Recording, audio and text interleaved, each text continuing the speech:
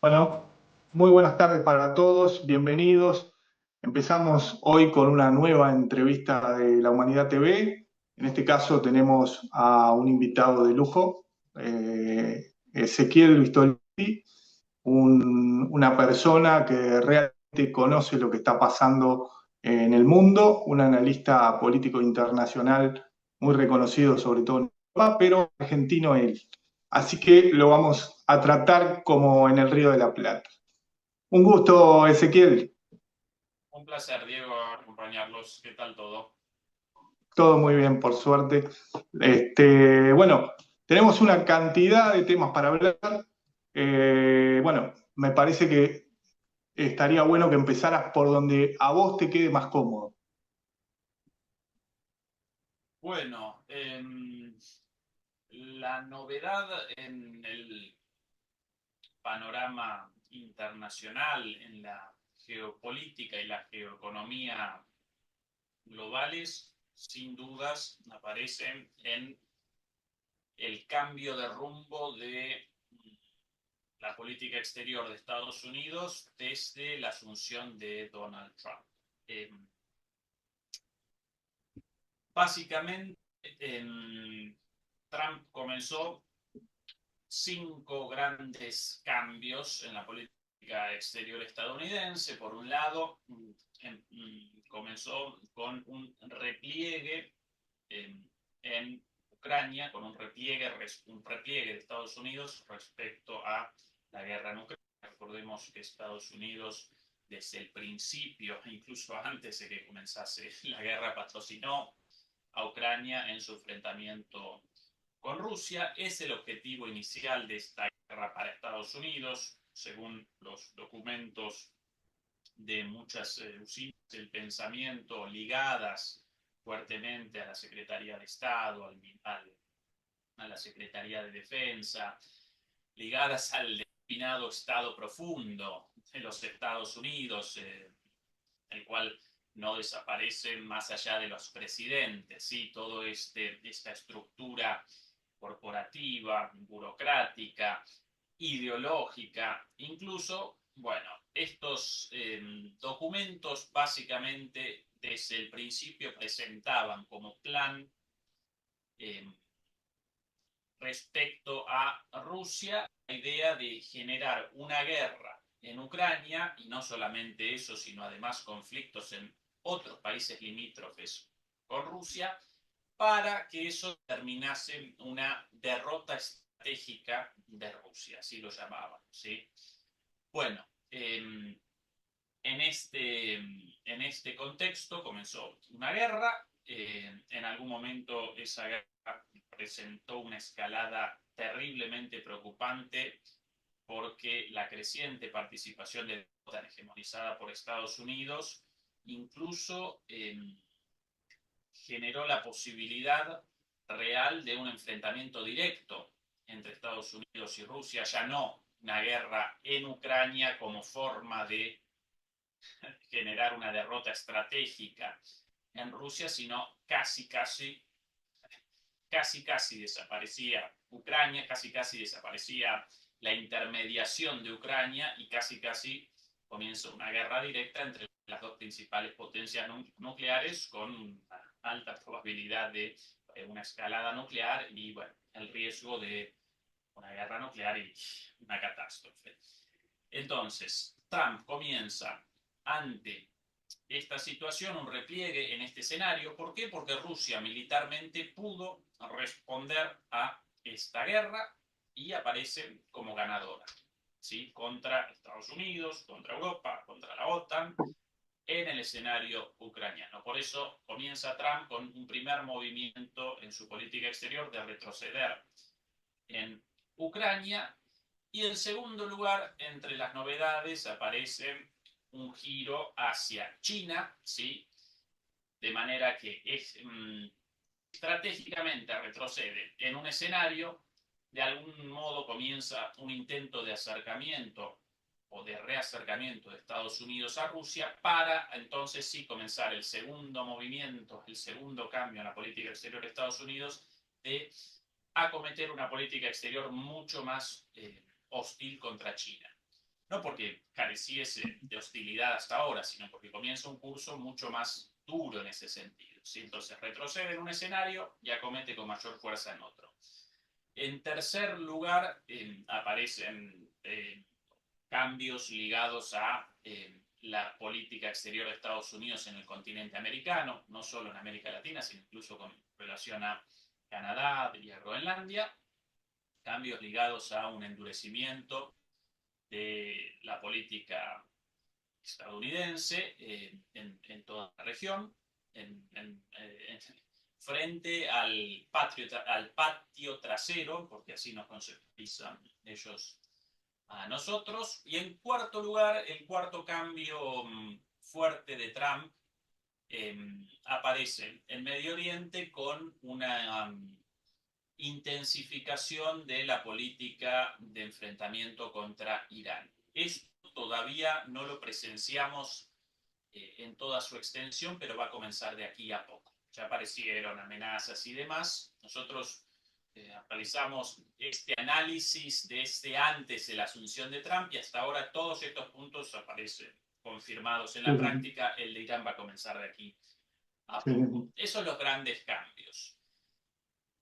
¿Qué de estos elementos, cuál genera más ruido últimamente y por sobre todas las cosas aquí en Europa? Bueno, el primer movimiento, ese repliegue en el escenario de la guerra en Ucrania y el comienzo de negociaciones entre Estados Unidos y Rusia sobre la guerra en Ucrania, excluyendo de la mesa de negociaciones a Ucrania y a Europa. Y eso aquí en Europa desencadenó una furibunda reacción de todo el arco político, que como de repente comienzan una negociación con los malvados rusos, cómo abandonan el apoyo militar y cómo participan en una mesa de negociaciones sin Ucrania y por sobre todas las cosas cómo realizan la exclusión de Europa de esto. ¿Sí? Ahora bien, Trump durante toda su campaña presentó esto, el fin de la guerra en Ucrania, como una de sus promesas, con lo cual machacó con esto desde hace más de un año. ¿Sí? Por eso la reacción de los europeos ahora, inicial sobreactuada, de indignación, de abandono de su principal aliado, en realidad responde más a la desesperación y al mantenimiento de las formas. Por eso después el episodio verdaderamente inédito de la pelea a los gritos entre Trump y Zelensky en la Casa Blanca, un episodio en el marco de esta política de repliegue de Estados Unidos, cierto que es muy telenovelesco, muy llamativo, pero no Bien más Trump. que claro, exactamente, no más que un acto en esta obra, y como obra teatral, acá es importante el contexto general y el contexto mencionado recién, el de repliegue del escenario ucraniano de Estados Unidos. Bueno, entonces, frente a eso, los europeos, primero los británicos, después los franceses, llamaron a Zelensky a manera de salvadores de Zelensky y con la idea promovida en los medios de comunicación y en la opinión pública de que a partir de ahora, si Estados Unidos efectivamente abandona a Ucrania en la guerra, entonces Europa sola va a patrocinar a Ucrania, lo cual representa Increíble. un despropósito total, una tontera directamente, que no pudo toda la OTAN con Estados Unidos, la principal, prácticamente única potencia militar en la OTAN, mucho menos podría sola Europa contra Entonces, bueno, esta escena en la Casa Blanca, antes de esto, unos días antes, la visita de Vance a Alemania, la conferencia de seguridad de Múnich, un discurso muy duro también contra Sí, los europeos. Todo esto generó, bueno, el comienzo de las negociaciones con Rusia, todo esto generó una sobreactuación de Europa, pero de aquí a poco los europeos capitularán, rectificarán, abandonarán estas bravuconadas, como la del otro día de Macron, llamando a o presentando la posibilidad del uso de las armas nucleares francesas como una suerte de paraguas nuclear para toda Europa. Bueno, todas paraguas, tonterías. paraguas medio chico, ¿no?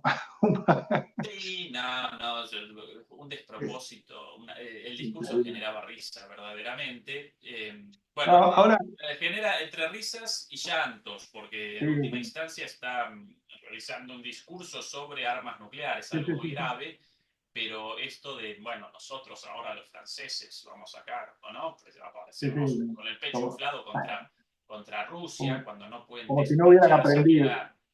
Sí, sí, sí. De hecho, Putin respondió eso, ¿no? Evidentemente no recuerdan la historia de Napoleón. Sí, Bueno, esa es la situación actual, Diego, esa sobreactuación aquí en Europa después del giro de Trump, pero Trump no va a rectificar esta política. Rusia, naturalmente, aparece interesada en la negociación de, de las condiciones finales de su victoria, ¿sí?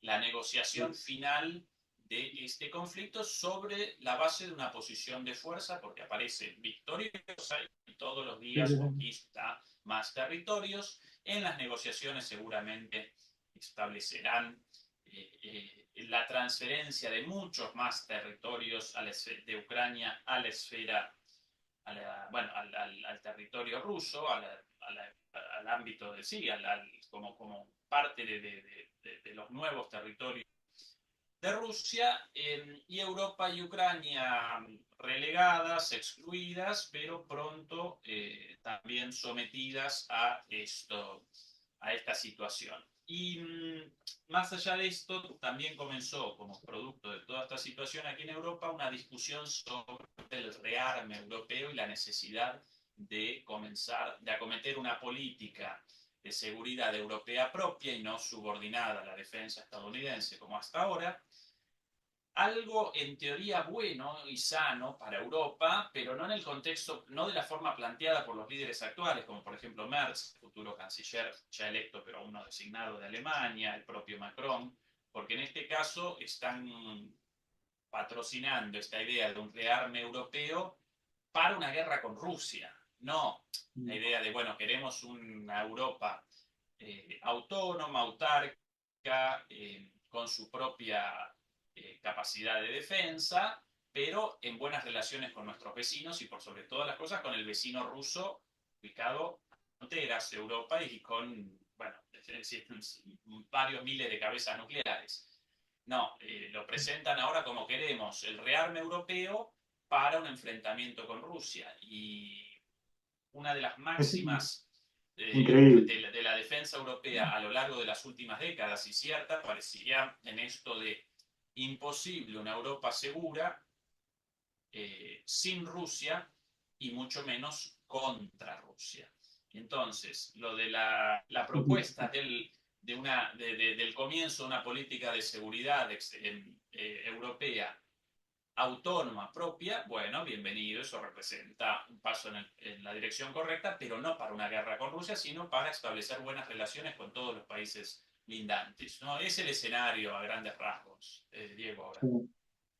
Ahora, no, el que te sigue y te ha seguido a lo largo de los años, recuerda, bueno, tus primeros encuentros con el mundo occidental en la Deutsche Welle, en unas mesas imperdibles, en las que uno te escuchaba hablar a vos y parecía que estaba escuchando a Solari Parravicini, porque todo lo que les dijiste en la cara todo ha ido pasando tal cual lo fuiste detallando.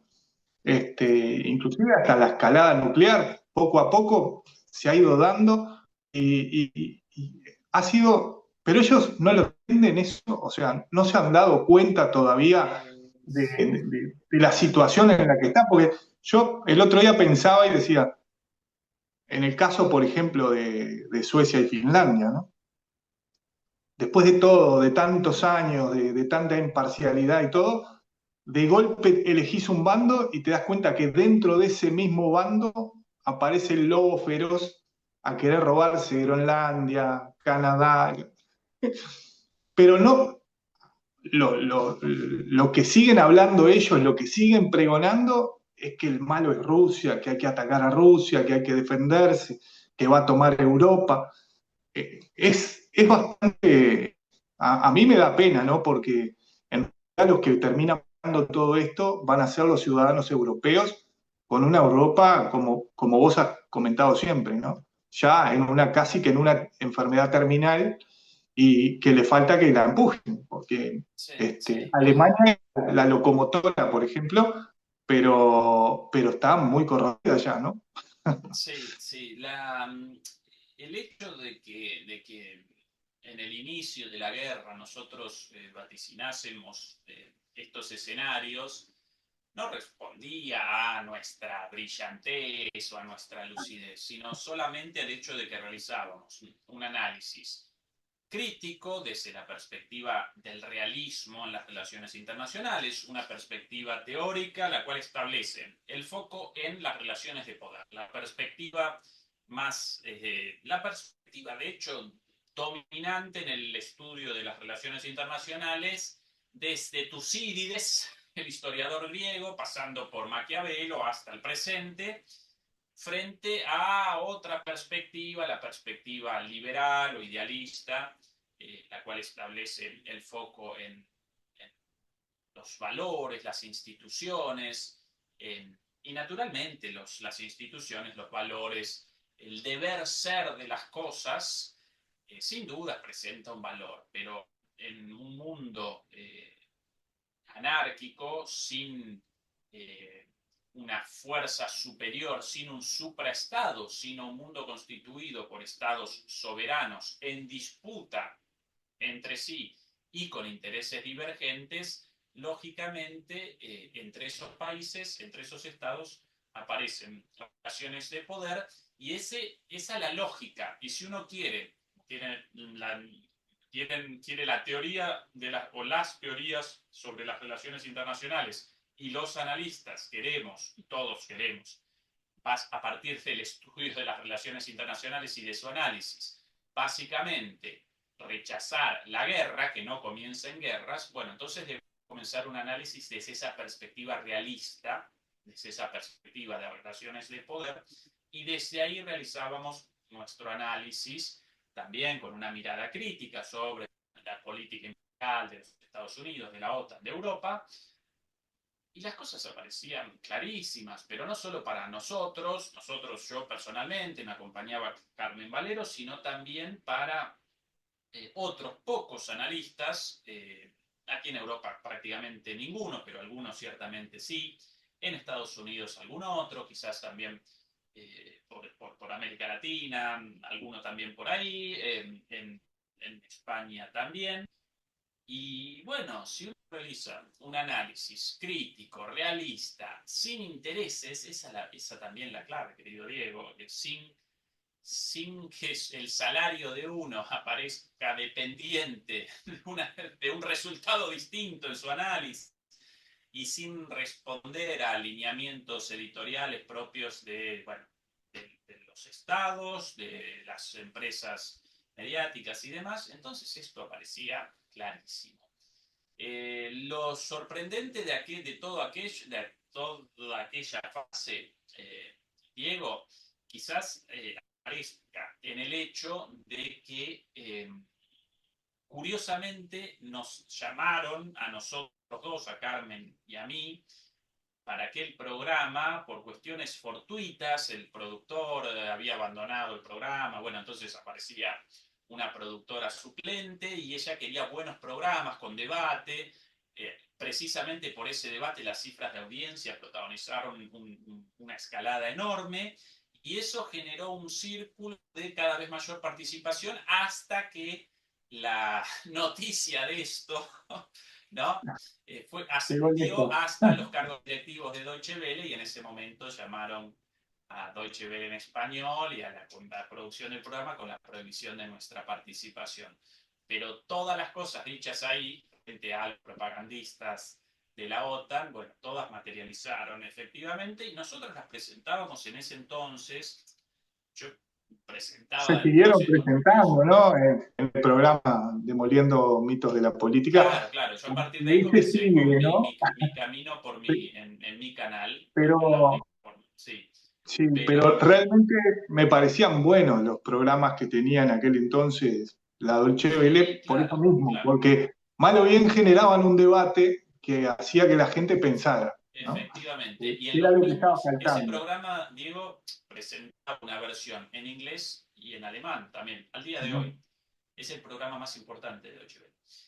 Y bueno, en la versión en alemán y en la versión en inglés no aparecían opiniones críticas de ningún tipo. Eso completamente natural, no aparecía prohibido completamente y muy supervisado. Como la pata en Ah, español no generaba para los directivos claro. alemanes, no generaba ruido, ellos no estaban enterados, entonces a lo largo de mucho tiempo eso y redondeamos transmisiones con millones de visualizaciones, incluso parte de las transmisiones con más Ah, visualizaciones de todo Deutsche Welle en español, en alemán y en inglés no, aparecieron ahí con programas con 5 millones de visualizaciones y demás. En ese marco de, bueno, fortuito de que llamaran a dos analistas críticos para esto y bueno, y en determinado momento, por una decisión desde arriba, realizaron una decisión bien clara de, bueno, vamos a vamos. abandonar los debates críticos y rechazar a través de la censura a estos analistas a costa de que comience a descender la cantidad de De visualizaciones, de televisión. Sí, gente. Y hoy día los programas presentan, esos mismos programas presentan una audiencia claro. literalmente más de 10 veces menor, Sí, sí, con sí. opiniones monocromo, ¿no? Todas iguales, todas igual de propagandísticas. Sí, sí, Y en sí, los sí. comentarios a esos programas, en los primeros 10 comentarios aparecen, sí, si no insultos, por lo menos reproches de por qué nos llaman de nuevo a los analistas críticos y todas las cosas dichas por estos analistas hoy día parecen cumplidas. Y en aquel entonces yo personalmente presentaba todas estas cosas desde la propia perspectiva europea, no como un analista crítico antiimperialista, sino, como puedo sí presentarlas en mi canal, sino yo lo presentaba de la siguiente manera. Para Ucrania, una guerra con Rusia representa una locura, algo inganable. Cuanto antes una negociación mejor para Ucrania y para Europa lo mismo por esta máxima de que imposible una Europa segura sin Rusia y mucho menos una Europa segura contra Rusia, imposible.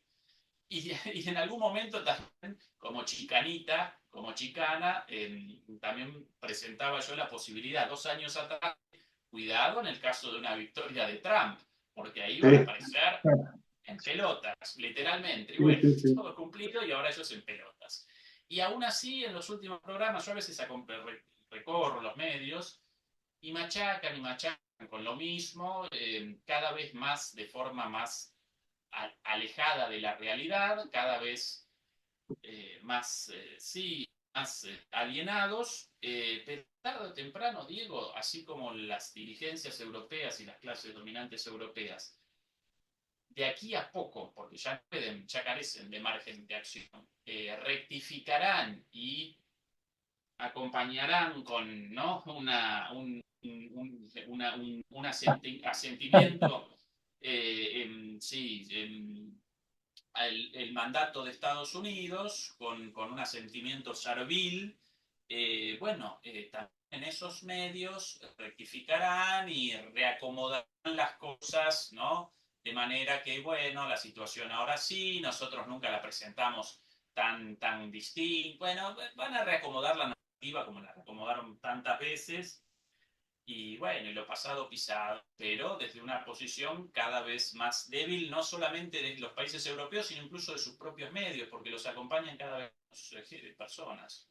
Eh, Ahora, eh, Alemania, los alemanes en sí, ¿cómo ven todo esto? Porque pensando, yendo para atrás, la época, por ejemplo, de Merkel, uno veía cómo se proyectaba el trabajo en conjunto con Rusia, los distintos Nord Stream, se llegó a generar con China todo el proyecto del 5G, o sea, había como una apertura, ¿no? Hacia lo que sería Rusia y China.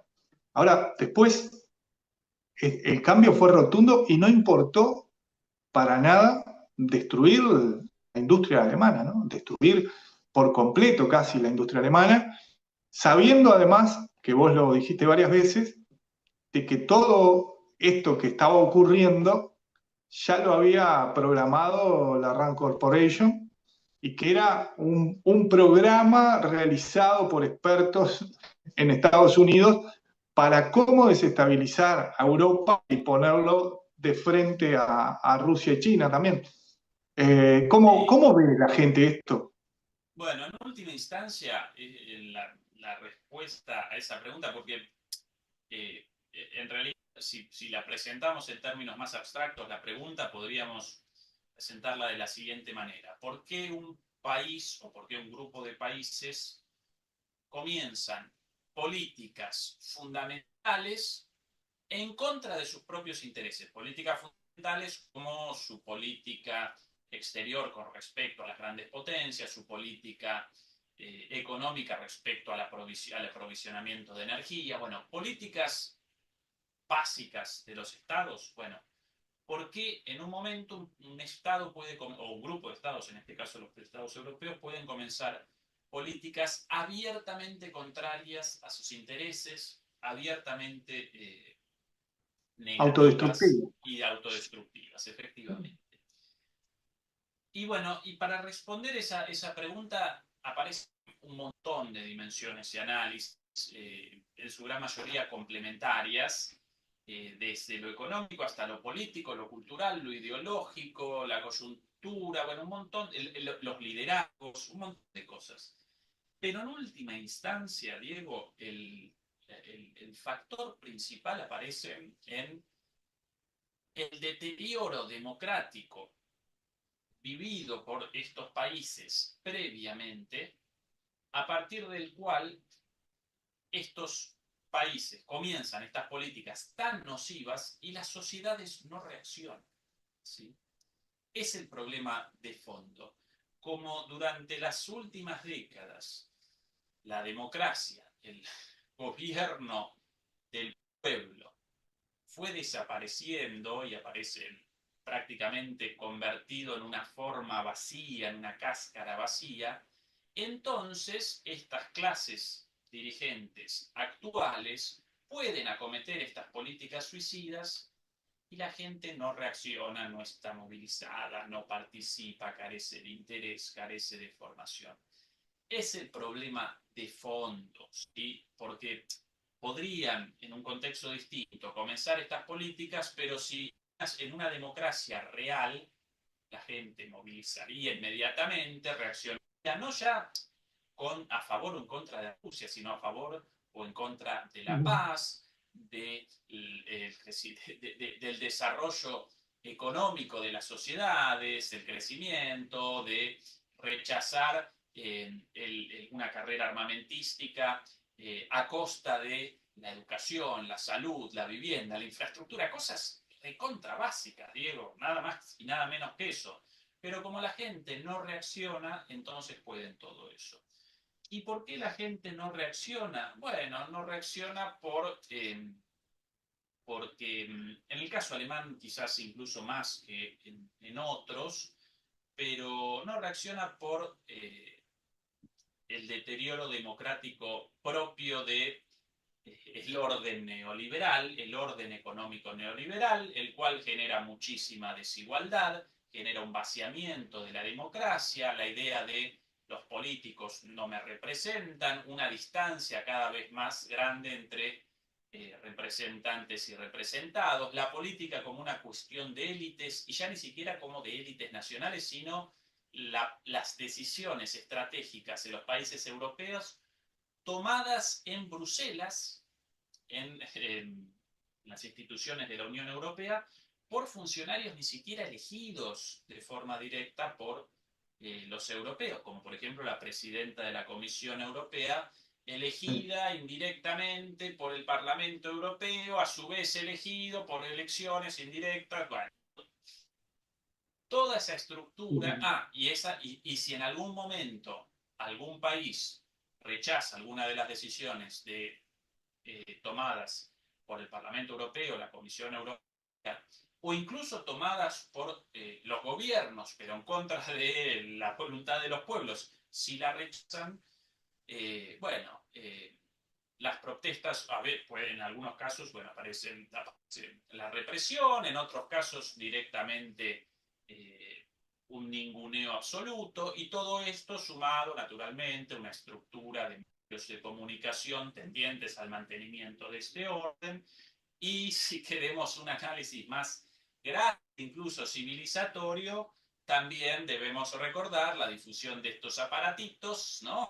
Cada vez más difundidos por todos lados. Entonces la gente ni siquiera interesada, enterada, sino más bien embobada con los videos de un minuto de TikTok, Instagram, Facebook o cualquiera de las redes sociales, en lugar de participar directamente, de realizar el trabajo básico de cualquier ciudadano de formación, de discusión, de participación. Bueno, y entonces, bueno, esa es una tendencia no solamente en Europa, sino en todo el mundo, pero bueno, no lo quiero abandonar porque eso es una de las características detrás de esta situación de países comenzando políticas contra sus intereses sin que sus sociedades reaccionen. Después mil cosas más analizables en torno a esto, como por ejemplo la formación y el posicionamiento, incluso la cooptación económica de los líderes de los países europeos, en particular de Alemania. Ahora va a comenzar un gobierno eh, de un ex BlackRock, ¿sí? De un ex directivo de BlackRock, el principal fondo de inversiones del mundo, naturalmente estadounidense. En Estados Unidos, perdón, en Francia, la presidencia de Francia, aparece un ex Rothschild, ¿sí? Un ex banquero de los Macron. Rothschild. Así que, entonces, los Rothschild, BlackRock, por ahí también Goldman Sachs, metido por ahí también, en otro de los gobiernos. Bueno, en Estados Unidos también, la famosa puerta giratoria, grandes corporaciones y los gobiernos. Bueno, todo Ahí, esto va generando ahí ese ves un- contexto y después, bueno, presenciamos lo que presenciamos, ¿no? ahí hay, evidencias vos el quiebre entre las élites y lo que es ahora, inclusive las viejas élites propias hasta del Partido Republicano, que hoy por hoy están este, muy preocupadas con el camino que está tomando Trump, ¿no? Pero las élites europeas en conjunto, ¿pensás que pueden generar alguna medida para darle su merecido a Trump o esto va a seguir así?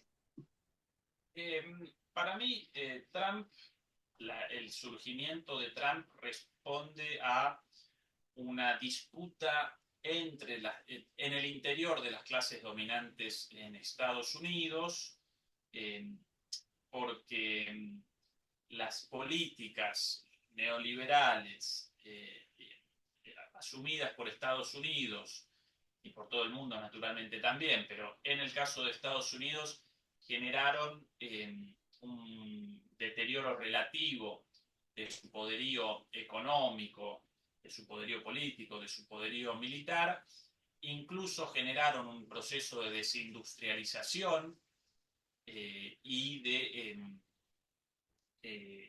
deterioro o de empeoramiento de la posición de una buena parte de las clases dominantes, de una buena parte del empresariado estadounidense.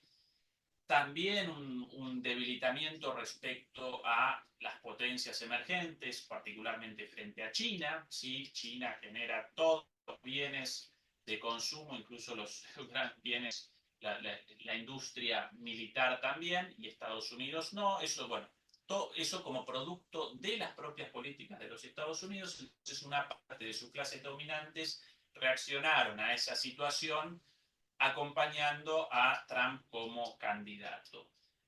Pero más allá de este origen, una vez más, como producto de una disputa entre las clases dominantes, en algún programa realizamos un análisis de los patrocinadores de los distintos candidatos, a los candidatos a Kamala Harris en su momento, antes a Biden, básicamente los acompañaban Wall Street, el sector financiero, Silicon Valley, el sector digital, el sector armamentístico naturalmente también, el complejo militar industrial, y el Big Pharma, el sector farmacéutico. Mientras que del lado de Trump aparecían empresarios más bien ligados a el mercado interno de los Estados Unidos, de diferentes maneras, con la industria petrolera como parte de los principales apoyos, con la industria, por ejemplo, de los casinos, industrias fabriles, pero ligadas al mercado interno, no las grandes automotrices, sino la industria del transporte. Este tipo de industrias. Ahora, una vez ganada la elección, los grandes oligarcas de los grandes sectores económicos, de la facción dirigente o de la facción dominante en la clase dominante estadounidense, la facción, una vez más, la facción hasta entonces acompañando al Partido Demócrata y en última instancia a la candidatura de Kamala Harris. Una vez terminada esa elección y consumada la victoria de Trump, tanto Wall Street como Silicon Valley, ambos realizaron un giro eh, hacia Donald Trump, y por eso en su asunción no solo en primera línea aparecía Elon Musk, de alguna manera un rebelde de Silicon Valley, uno de los pocos empresarios del sector digital acompañando la candidatura de Trump, junto a otro llamado Bill, también muy ligado a J.D. Vance, al vicepresidente, pero bueno, los dos únicos grandes empresarios de Silicon Valley, del sector digital, de las grandes tecnológicas, acompañando esta candidatura. Todos los otros, Bill Gates de Microsoft, Apple, Google, Jeff Bezos de Amazon, etcétera, etcétera. Todos ellos aparecían del otro lado, pero realizaron, Zuckerberg naturalmente también de Facebook, ¿no? Como no recordarlo. Todos realizaron un giro, y en el día de la asunción, en primera fila aparecían todos ellos ahí aplaudiendo, y naturalmente esto lo acompañaron con un giro discursivo, porque así presentan esto para la política doméstica en las elecciones y en el día a día, ¿no? Las elecciones como programa político, como propaganda, como narrativa, no presentan. Nosotros representamos a la facción dominante de las clases dominantes, nosotros representamos a la facción ligada al mercado interno de las clases dominantes. No, lo presentan de un lado como ideología woke y del otro lado ideología anti-woke. ¿Sí? Y entonces el propio Zuckerberg, recuerdo declaraciones de él, denunciando la censura durante los gobiernos anteriores. El propio Bezos también realizó un giro y BlackRock, con Larry Fink, si no recuerdo mal el nombre de su gerente, Sí, BlackRock, Vanguard, todos los grandes fondos de inversión, la gran banca estadounidense, abandonó las políticas de integración, las políticas woke, y ahora presentan una línea anti-woke, pero eso en última instancia solo responde a la sí, narrativa para las audiencias. Simplemente realizaron un giro hacia este nuevo gobierno, con algunas diferencias con el anterior, pero las clases dominantes no abandonan su sector, su poderío y su supremacía económica sobre el conjunto de la economía estadounidense y mundial en su conjunto, ¿no? Entonces, en última instancia, si bien en algún momento antes de la victoria de Trump podían aparecer dudas sobre intentos de asesinato financiados por estas élites, y de hecho fueron perpetrados uno o dos intentos, uno seguro, un intento de asesinato, bueno, hoy día ya aparecen alineadas con esta nueva línea y ningún problema con el giro de ¿no? lo woke a lo anti-woke, todo lo mismo, ¿no? Sí, fea palabra. Este, eh, eh, mirando un Perdón, poco, perdón, Diego, el concepto clave para esto, Estados Unidos protagonizó un giro del neoliberalismo progresista al neoliberalismo conservador. sí, Básicamente eso. o como lo llama Alfredo Jalife, del globalismo elitista a la élite nacionalista, ¿no?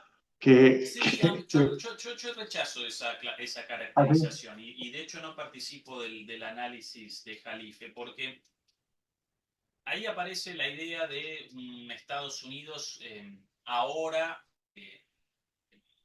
convertido a un Estado nacionalista. Y no, eso es un error de interpretación, más allá de que lo presenten así y más allá de que puedan aparecer figuras políticas, por ejemplo, J.D. Vance, el vicepresidente, con un discurso bastante claro en este sentido.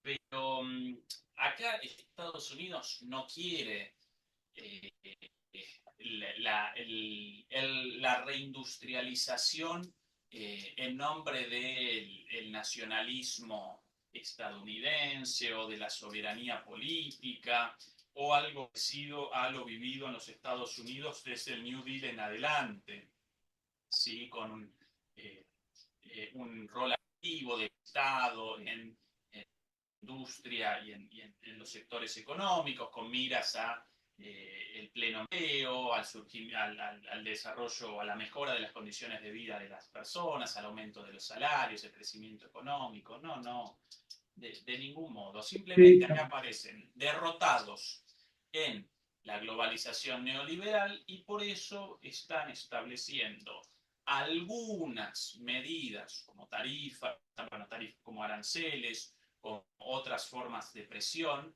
para restablecer el dominio en esos ámbitos contra China, pero sobre todas las cosas, lo cual no van a poder de ninguna manera, pero sin un interés en una vuelta a las economías nacionales.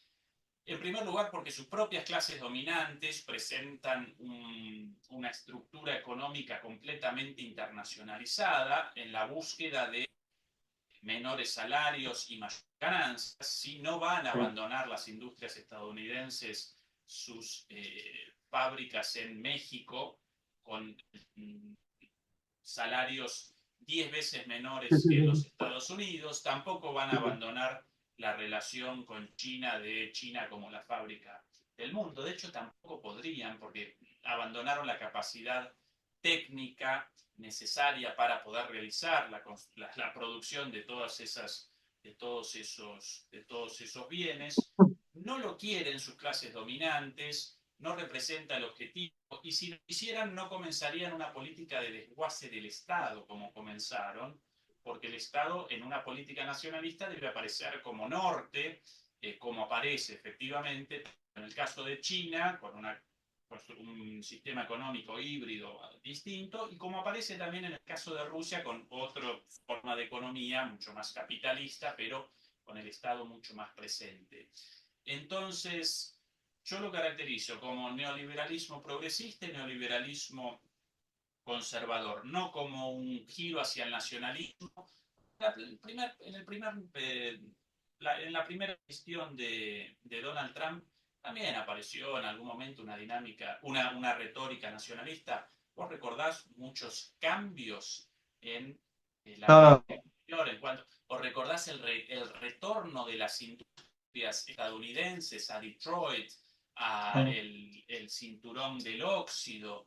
No, ¿por qué? Porque sus dueños, sus clases dominantes, no lo quieren y, y porque ni siquiera tampoco aparece como un reclamo de esos sectores populares, empobrecidos, marginalizados, hundidos en el fentanilo, eh, tampoco presentan la capacidad crítica y de construcción colectiva de determinar, bueno, para restablecer nuestra sociedad o nuestros lazos sociales, debemos regenerar el tejido industrial y económico de otrora en Estados Unidos.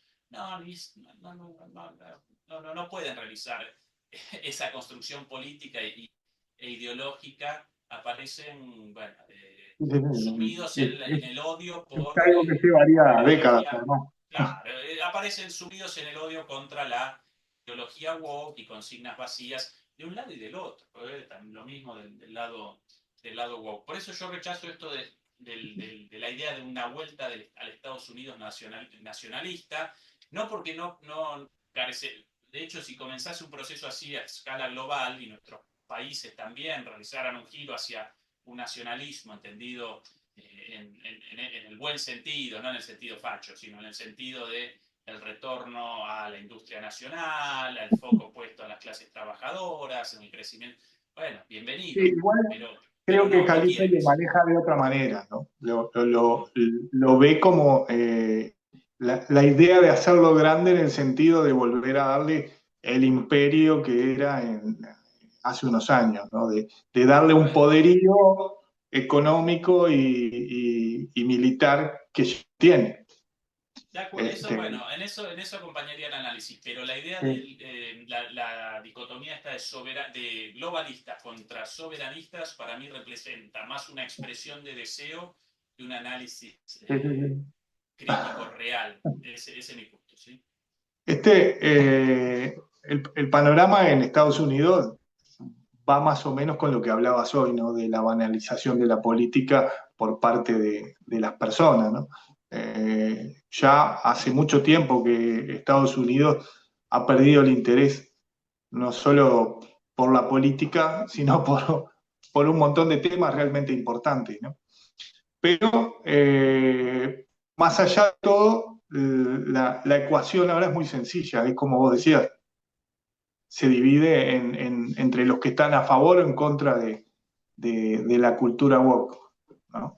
Además de todo el tema religioso que hay atrás. Bueno. Pero más allá de eso, ¿vos considerás de que en esta situación que está Estados Unidos así, Trump va a seguir gobernando tranquilamente, no va a tener ningún problema?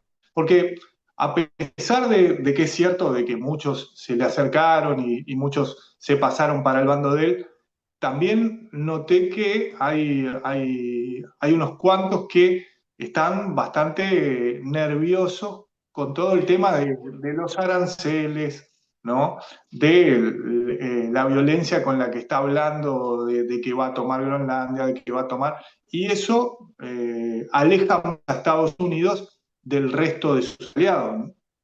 Cosa que Sí, para... sí, sí, completamente de acuerdo, Diego. De hecho, en una gran potencia como Estados Unidos, con clases dominantes, clases dirigentes, un aparato estatal, burocracias, un Estado profundo, como lo llaman ahora, con muchísima, con un dominio, un poder enorme, cualquier giro, incluso entre distintos sectores de estas oligarquías, naturalmente genera muchísimo rechazo y muchos de estos sectores presentan un poderío enorme, sin dudas. De hecho, como manifestación de esto, de lo superficial o supraestructural, ¿sí? En términos de estructura y superestructura lo podríamos caracterizar como superestructura, ¿no?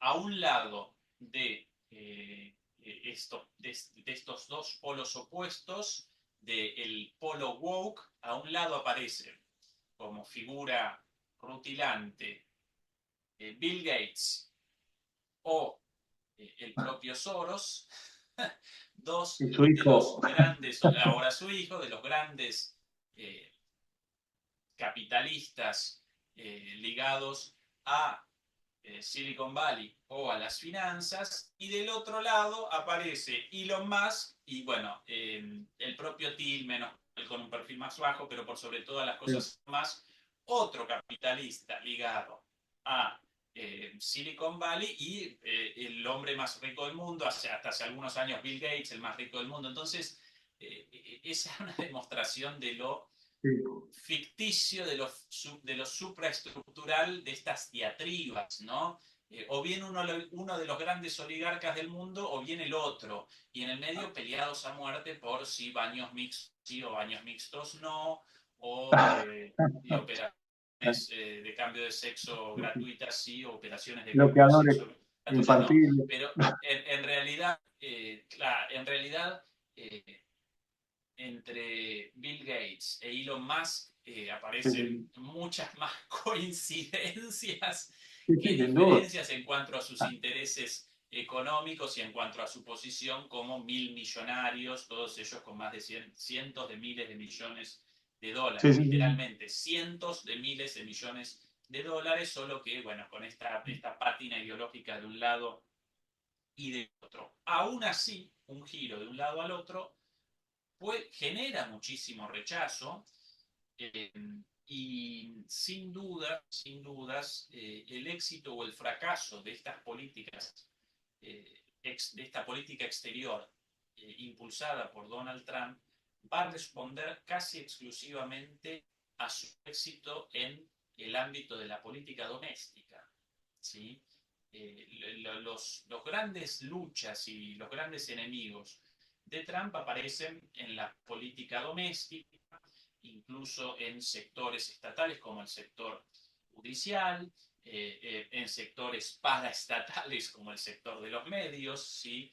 En el sector de los grandes medios, de la prensa, incluso en sectores ligados a la cultura. No lo recordé antes como parte de los grandes apoyos Sí, sí, sí. a Kamala Harris, a Hollywood, la industria, el sector del entretenimiento, mil millonario en Estados Unidos. Bueno, Sí, sí. en todos esos sectores, claro, aparecen rechazos muy fuertes a esta política de Trump. Él comenzó además, a partir de su experiencia en el primer gobierno, con un trabajo de limpieza de todo el aparato estatal, de quienes eventualmente rechazarían desde adentro cualquier intento de cambio.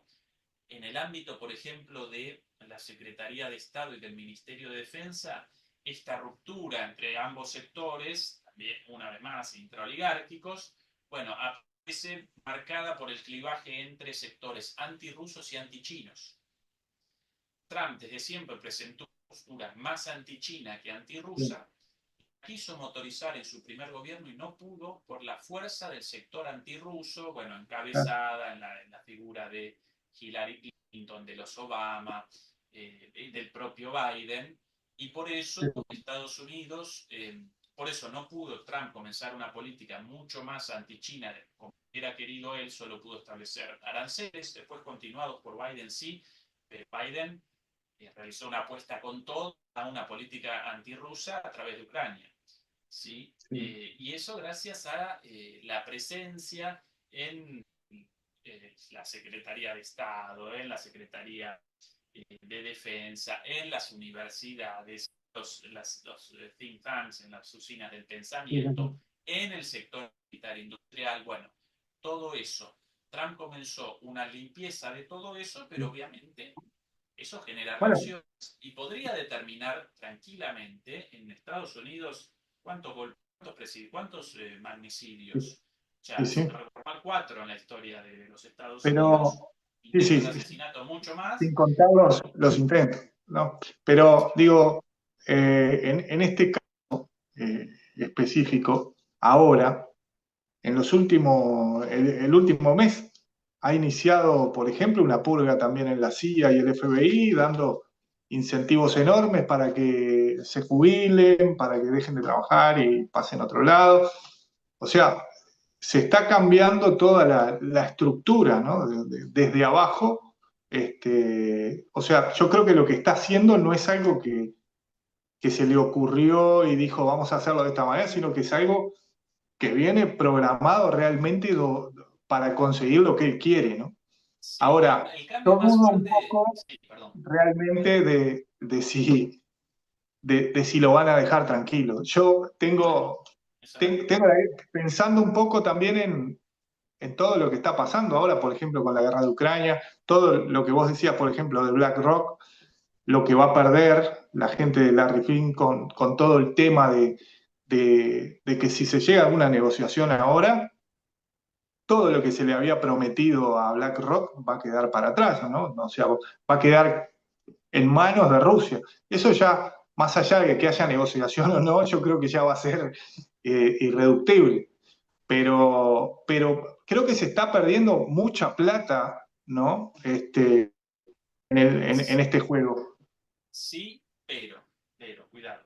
Recordemos que con Trump no desaparece el imperialismo estadounidense, sino que protagoniza un cambio de forma.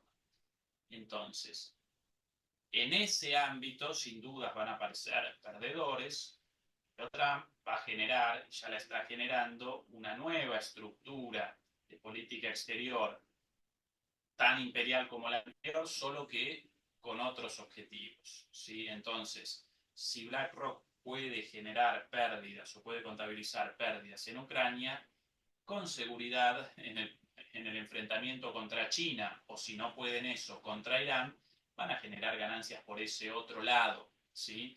Y las estructuras desmontadas de eh, el aparato estatal estadounidense, tanto en los servicios de inteligencia como en la Secretaría de Estado, y por sobre todas las cosas en esta estructura paraestatal, como por ejemplo hasta ahora lo más importante llevado a cabo, aparece en la destrucción, la eliminación del USAID, básicamente de la Agencia Estadounidense Sí, para el Desarrollo, supuestamente una institución dedicada al desarrollo de proyectos sí, sí, sí. socioeconómicos en el mundo, pero en realidad el brazo político de la CIA, más o menos a finales de los 70, principios de los 80, la CIA determina que en lugar de realizar sus intervenciones a escala global, como hasta entonces, a través de golpes de Estado, intrigas, apoyos a determinadas fuerzas políticas, esto después de la guerra en Vietnam y demás, esto generaba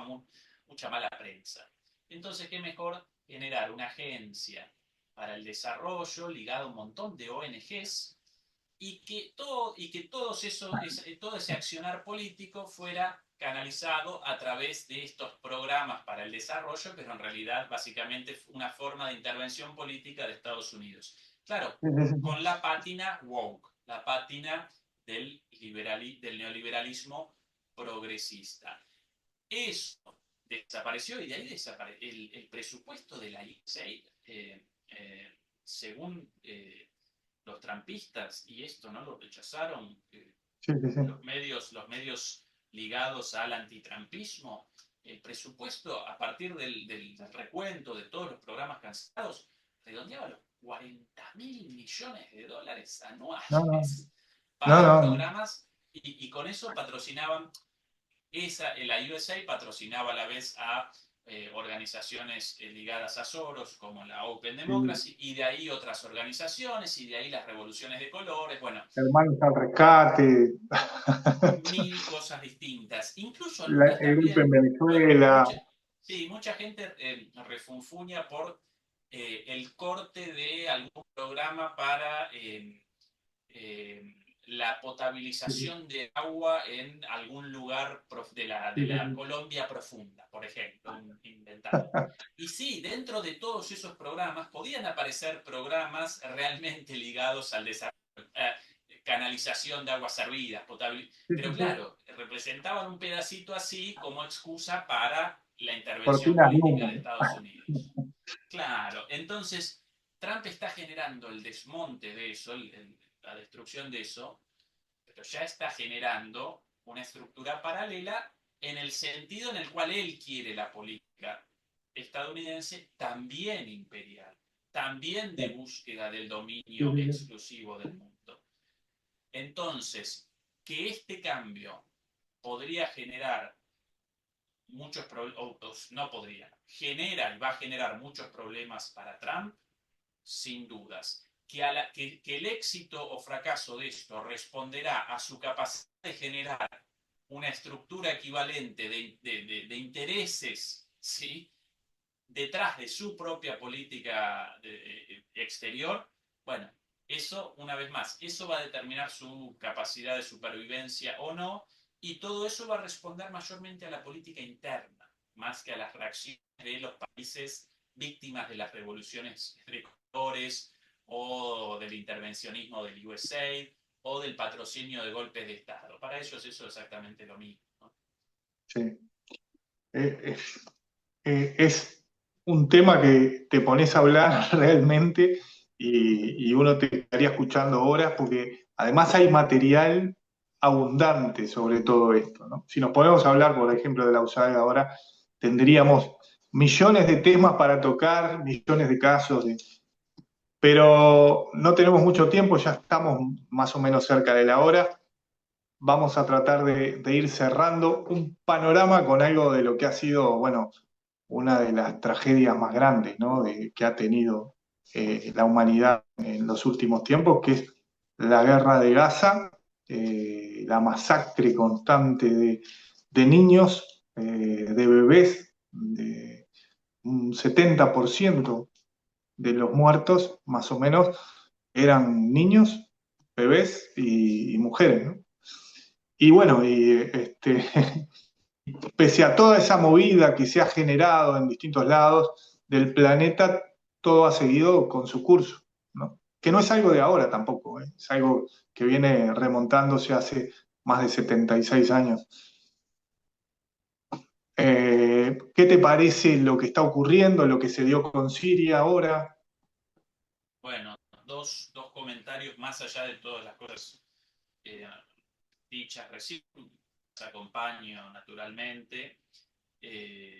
Presenciamos una masacre de civiles inocentes, premeditada, terrible, con el beneplácito y si no la complicidad de las grandes potencias occidentales.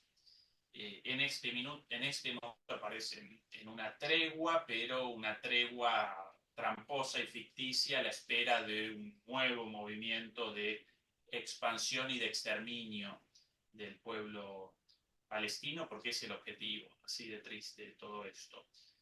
Dos cuestiones para acompañar el análisis ese otro lugar. Por un lado, deberíamos remachar la inexistencia prácticamente de las Naciones Unidas, el organismo dado precisamente para estas cuestiones, el hecho de que rechacen sus resoluciones, ya no las resoluciones de la Asamblea General, sino las resoluciones de carácter obligatorio del Consejo de Seguridad, desde la primera de todas, relativa a la creación de un Estado palestino, hasta las resoluciones tendientes al fin de los crímenes de guerra, el suministro de agua, de ayuda humanitaria para la gente, el fin de los bombardeos masivos indiscriminados y demás. Y no solo la complicidad de Estados Unidos en su momento con Biden, pero ahora entre los movimientos mencionados antes en la nueva política exterior desde la llegada de Trump, aparecer aparentemente, todavía no comenzó en la práctica de forma evidente, pero muy probablemente va a comenzar, hay una política aún más dura, aún más criminal. Y bueno, y participaron, Estados Unidos participó con la provisión de armas y Europa también participó en todo esto con complicidad, en el caso de Alemania con el envío de armas directamente para la comisión de estas masacres. Y lo mismo presenciamos ahora en el presente, en estos últimos días, eh, como parte del mundo libre, el orden internacional con reglas, la democracia liberal y la mar en coche, el apoyo a los yihadistas eh, de Al Qaeda Siria, porque en última instancia ese grupo aparece ahí, más allá del cambio de nombres a lo largo del tiempo. Y bueno, como consecuencia de esto, lo visto en las últimas semanas con infinidad de videos de matanzas de civiles a plena Sí, sí. luz del día, no solo matanzas, torturas, humillaciones, eh, y eso a manos del régimen. En el momento, a la cabeza, en el poder en Siria, después del derrocamiento del gobierno de Al-Assad, vendido a todo el mundo como el último de los males, aliado de Rusia, pero aún a partir de más, pero sin dudas, un régimen autoritario, como todos los regímenes de la región, pero igual que en Irak, que en el Irak de Saddam Hussein, un régimen con la garantía de protección a las distintas minorías en un país como minorías étnicas, religiosas, en un país terriblemente complejo como Siria, ¿sí? Con minorías de todo tipo, la protección de esas minorías y un equilibrio de poderes entre todos estos sectores en un marco, sí, distinto de las democracias liberales. Nosotros desde Occidente los podríamos conceptualizar como un marco de un gobierno autoritario, pero todos los gobiernos en esa son autoritarios, incluido el de la única supuesta democracia en Israel, también un gobierno autoritario. Bueno, hacia adentro, no ya hacia afuera, hacia adentro también, en este momento con un gobierno de extrema derecha, con Netanyahu y sectores supremacistas. Entonces, en nombre de la democracia, los valores occidentales, bueno, sacado ese gobierno duro, pero garante de un orden más o menos, el mejor orden posible, un orden más o menos de respeto a las vidas de estas personas, puestos unos yihadistas ahí solo como forma de golpe indirecto a Rusia, un golpe además fallido porque los rusos finalmente no abandonaron Siria, y ahora presenciamos masacres de civiles por doquier, gente escapando hacia las bases militares rusas ahora repletas de Sí. civiles frente a sus puertas y ya adentro también naturalmente buscando protección de las masacres de estos yihadistas cortacabezas. Y mientras tanto, en los medios occidentales el silencio absoluto y naturalmente también las declaraciones de los países europeos, Estados Unidos en este caso con Trump no tanto, pero sí declaraciones de líderes europeos y visitas, como por ejemplo la ministra de Exteriores alemana, Lena Baerbock, a Damasco, bueno, al presidente temporal, supuestamente, que ya quiere 4 años en el poder, es el carácter temporal de al-Fulani, y presentándolo y realizando un lavado de cara de estos yihadistas islámicos, del Estado Islámico, de Al-Qaeda, monstruos, los cuales ya comenzaron a cometer monstruosidades y Occidente sin ningún problema porque finalmente desapareció de ahí el supuesto aliado de Putin y de Irán.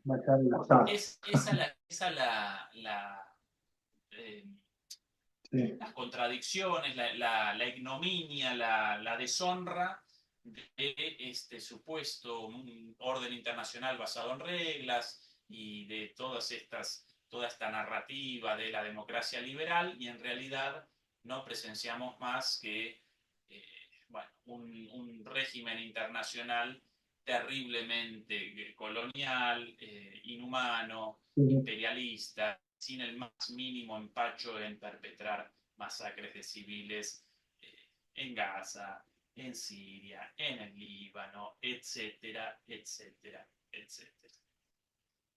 Sí. Y esto, bueno, también está la posibilidad de que en algún momento Estados Unidos los demonice y los vaya a combatir para cederle más terreno a Israel, ¿no?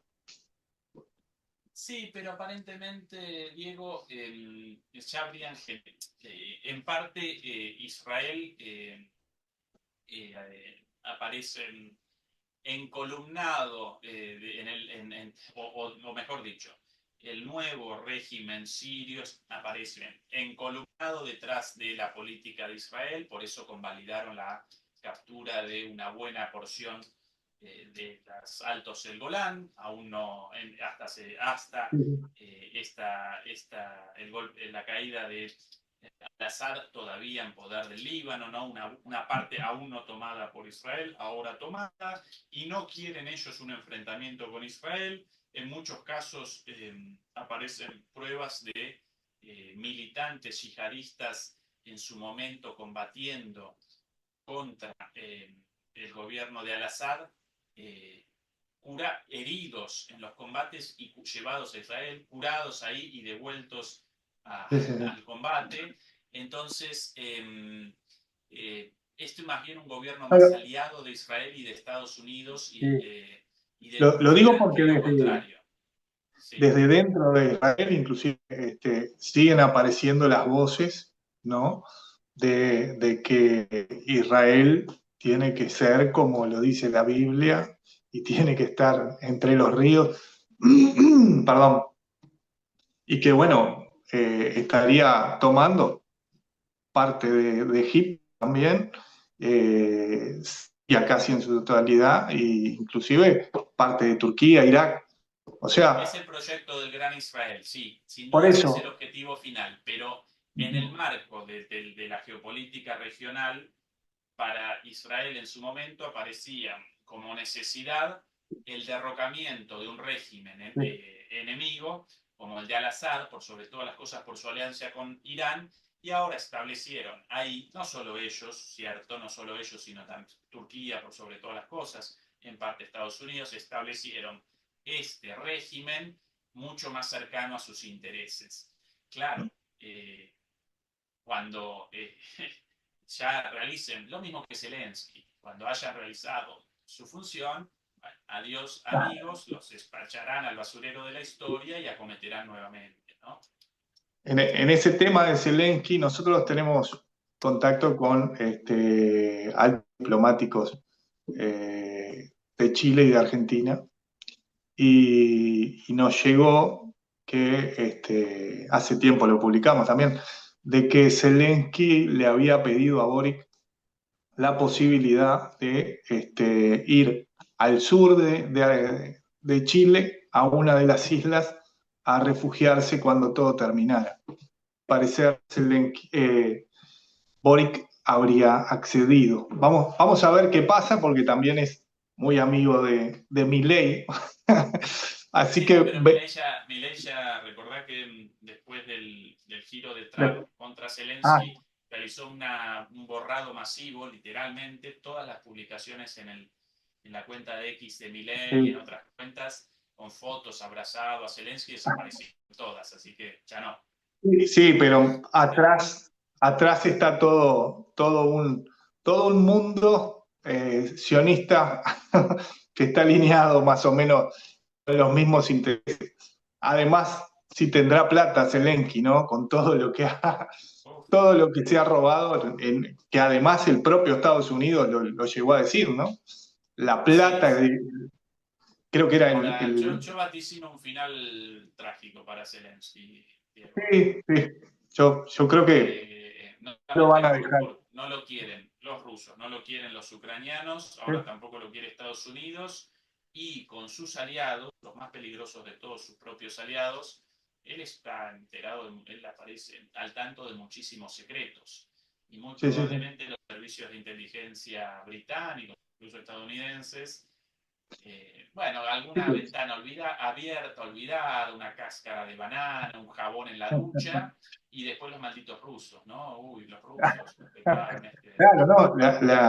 Los cuerpos de élite que lo protegen son los cuerpos británicos, ¿no? O sea, ¿qué mejor puñalada que una puñalada de un país justamente tan traicionero y tan trapero como la corona inglesa? Pero bueno, Ezequiel Pistoletti, un placer haber estado contigo, realmente es un placer siempre escucharte en tu programa Demoliendo Mitos de la Política. Es un placer también escucharte cuando estás en distintos medios. Y bueno, era algo que no queríamos dejar pasar en la humanidad, tener una entrevista contigo. Ha sido un placer y bueno, esperamos tenerte nuevamente en algún momento hablando un poco más de cosas positivas. Bueno, Diego, para mí un enorme placer también, especialmente con ustedes y con un medio uruguayo. Uruguay, un país al cual yo particularmente quiero muchísimo. De chiquito frecuentaba Uruguay, la localidad de La Paloma, mucho tiempo atrás, Ah, en los años qué 80, lindo. 90. Por eso lo recuerdo como un país muy cercano, muy, como hermanos. Entonces, Sí, por eso lo lindo de una charla con los hermanos uruguayos y uruguayas. la verdad que sí, la verdad que sí. Un placer y bueno, un gusto a todos haber estado con ustedes. Nos reencontramos en la próxima entrevista de La Humanidad TV.